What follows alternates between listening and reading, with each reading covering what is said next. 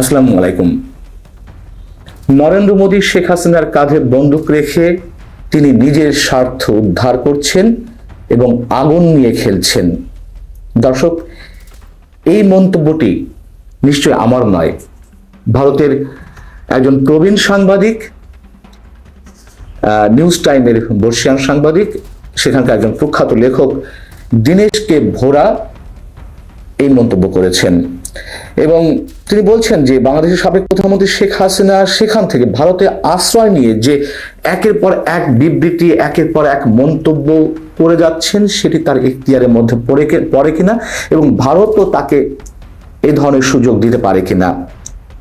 তিনি বলছেন যে অন্য দেশে আশ্রয় নিয়ে থাকায় একজন ব্যক্তি কিভাবে বিবৃতি দিতে পারেন এবং আন্তর্জাতিক নিয়ম অনুযায়ী যখন এদিকে ভারত শেখ হাসিনাকে এতটাই ক্ষমতায় দিয়ে রেখেছে যে তিনি ভারতে বসে বাংলাদেশ সম্পর্কে বিরূপ মন্তব্য করে যাচ্ছেন।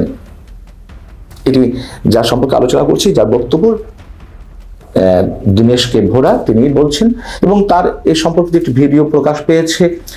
তিনি নিজে তার এক্স হ্যান্ডেলে একথাই জানিয়েছেন যে নরেন্দ্র মোদী শেখ হাসিনার কাঁধে বন্দুক রেখে আগুন নিয়ে খেলছেন। আগুন নিয়ে খেলার পরিণাম কি হবে তার নিশ্চয়ই আপনারা এর মধ্যে বিভিন্ন রাষ্ট্রের এক্সাম্পল সম্পর্কে বুঝতে পারছেন। তিনি বলছেন যে হাসিনাকে এখনই না থামালে দুই দেশের সম্পর্ক আরো তলানিতে গিয়ে ঠেকবে। মালদ্বীপ, নেপাল, ভুটানের মতো একই ভুল বাংলাদেশের সাথে করছে ভারত। নিজেকে বিশ্ব গুরু প্রতিপন্ন করার লক্ষ্যে আসলে আগুন নিয়ে খেলছে ভারতের মোদী সরকার, যেটি আমাদের দেশের হিন্দুরা বুঝতে পারছেন না। এটি আমাদের দুর্ভাগ্য। অনেকে বলছেন যে আমি যে এর আগে একটি ভিডিও তৈরি করেছি, কন্টেন্টে আমি বলেছি যে যদি বাংলাদেশের মানুষ আমরা সবাই দেশপ্রেমিক হয়ে থাকি, অবশ্যই ভারতের এই ধরনের ষড়যন্ত্রের বিরুদ্ধে হিন্দু মুসলমান সবাইকে জেগে উঠতে হবে। একইভাবে যারা পাকিস্তানের পক্ষ হয়ে লড়ছেন, পাকিস্তানের এজেন্ডা বাস্তবায়ন করতে চান, অবশ্যই আমরা তাদের বিরুদ্ধে লড়তে চাই। কিন্তু আমার বলতে কষ্ট হচ্ছে, আমি এই কথা বলতে অনেকে আক্রমণ করেছেন। আমি দেখলাম যে তাদের মধ্যে এখনো একটা ভুল প্রবণতা কাজ করছে। তারা বলছেন যে এখন এই মুহূর্তে এসে কেন হিন্দুদের সহযোগিতা চাইছি। আমি হিন্দুদের সহযোগিতা চাইছি না, আমি এদেশের প্রতিটি ধর্ম বর্ণের মানুষের সহযোগিতা চাইছি, যে সবাইকে একসাথে এক কাতারে এসে দাঁড়াতে হবে বাংলাদেশের বিরুদ্ধে যে ষড়যন্ত্রগুলো চলছে, সেটি ইসলামী মৌলবাদ হোক কিন্তু হিন্দু মৌলবাদ হোক। সেক্ষেত্রেই এখন আমাদের ভালোটা নিশ্চয়ই আমরাই ভালো বুঝবো। যারা ঘুমিয়ে থাকেন তাদেরকে তো আর জোর করে জাগানো যায় না। সে কথা নরেন্দ্র মোদীর ক্ষেত্রে প্রযোজ্য, সে কথা এদেশে হিন্দু মুসলমান সবার ক্ষেত্রেই প্রযোজ্য। আল্লাহ হাফেজ, ভালো থাকুন সবাই। ব্যক্তি একটি দেশে কূটনৈতিক আশ্রয়ে থাকেন, তখন তিনি এ ধরনের কোনো বিবৃতি দিতে পারেন না। দীনেশ কে ভোরা তিনি শেখ হাসিনা যে বিভিন্ন ধরনের নিয়ম নীতি লঙ্ঘন করছেন সেই বিষয়টি মনে করিয়ে দিয়ে ভারত সরকারকেও প্রশ্নের মুখে ফেলেছেন। তিনি বলছেন যে শেখ হাসিনা যা বলছেন তা আসলে মোদী সরকারের শিখিয়ে দিয়া বলি।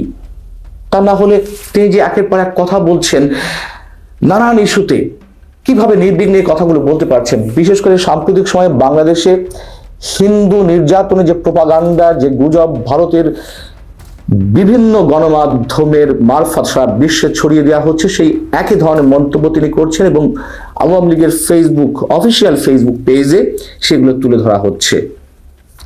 দীনেশ কে ভোরা বলছেন যে এই যে প্রবণতা, এটি আসলে আগুন নিয়ে খেলার শামিল, আত্মঘাতী পদক্ষেপের সঙ্গে তুলনীয়। কোনটি? যেটি নরেন্দ্র মোদী শেখ হাসিনাকে দিয়ে করাচ্ছেন। যেহেতু ভারত এক কথা বলা আর শেখ হাসিনা যখন এই ধরনের মন্তব্য করবেন, সেখানে তার লাখো কোটি যে অনুসারী বাংলাদেশে রয়েছে, তারা নিশ্চয়ই সেটির উপরে বিশ্বাস করবেন, শেখ হাসিনার কথার উপরে, এবং সেই প্রচারণাগুলো আরো বেশি জোরদার পাবে, যার মাধ্যমে নরেন্দ্র মোদীর যে হিন্দু কার্ড, সেই হিন্দু কার্ড খেলে তিনি যথেষ্ট সফল হবেন। এই সাংবাদিক বলছেন যে নেপালের সঙ্গেও এমন আচরণ করেছে ভারতের মোদী সরকার। নেপালের সংবিধানে নাক গলিয়ে পার্বত্য রাষ্ট্রের সঙ্গে অর্থাৎ নেপালের সঙ্গে দূরত্ব তৈরি করেছে ভারত। অখণ্ড নেপালের মানচিত্র যে ভারতীয় যে নতুন মানচিত্র একটি আঁকা হয়েছিল রাজা অশোকার যুগের যে মানচিত্র, সেটি এবার তুলে আনা হয়েছিল, যেখানে নেপালের স্থান দেওয়া হয়নি, সেখানে আরো কয়েক রাষ্ট্র খেয়ে ফেলা হয়েছিল, সেটি মনে করিয়ে দিয়ে তিনি বলছেন যে সংসদে এ নিয়ে বিতর্ক তৈরি করেছে ভারত, যদিও নেপাল সরকার ভারতকে বেশি দূর এগোনোর সুযোগ দেয়নি। প্রতিক্রিয়ায় ভারত নেপালে প্রয়োজনীয় সামগ্রী পাঠানো বন্ধ করে দেয় ঠিকই, যদিও আজ পর্যন্ত ভারতের পররাষ্ট্রমন্ত্রী সে কথা স্বীকার করেননি।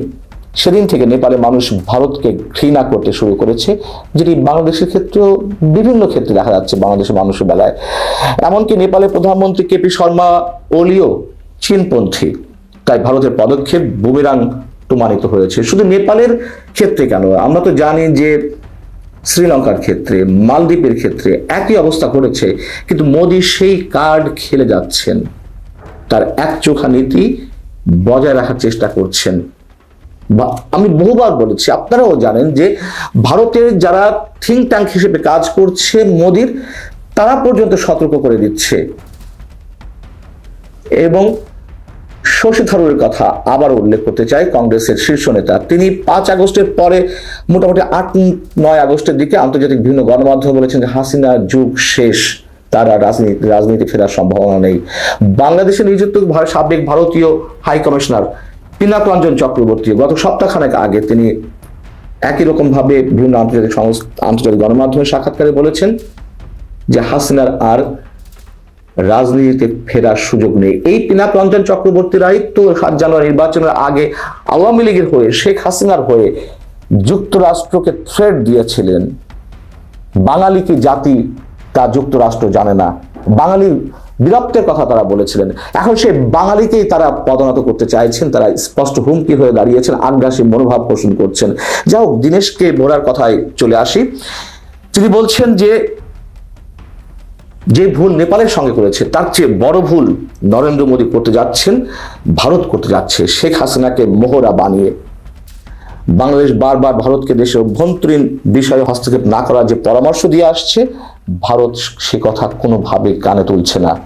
তিনি চিন্ময় দাস প্রসঙ্গে বলেছেন, যিনি নিজেকে ইসকন নেতা হিসেবে দাবি করেন। তিনি বলছেন যে সম্প্রতি বাংলাদেশে সম্মিলিত সনাতনী জাগরণ জোটের মুখপাত্র চিন্ময় কৃষ্ণ দাস ব্রহ্মচারীকে গ্রেফতারের বিষয়টি নিয়ে আরো জল ঘোলা করছে ভারত। কেন? ইসকন যেখানে তাকে বহিষ্কার করেছে, স্পষ্টভাবে তারা সংবাদ সম্মেলন করে বিবৃতি দিয়ে জানিয়ে দিয়েছে চিন্ময় কৃষ্ণ দাসের সঙ্গে ইসকনের কোনো সম্পর্ক নেই এবং তার নৈতিক স্খলন জনিত বিভিন্ন কারণে তাকে বহিষ্কার করা হয়েছে। সেই ইসকনকে সামনে নিয়ে এসে বাংলাদেশে জল ঘোলার চেষ্টা করছিলেন চিন্ময় কুমার দাস, এবং সেই চিন্ময় কৃষ্ণ দাসকে সামনে রেখে ভারতে যা কিছু ঘটে যাচ্ছে, বাংলাদেশের প্রতি তাদের যে একটা ভয়ঙ্কর অনুমতি ধারণ করা অবস্থা আমরা দেখতে পাচ্ছি, সেটিও ভুল হচ্ছে, সেটি দীনেশ ভোরা বলছেন।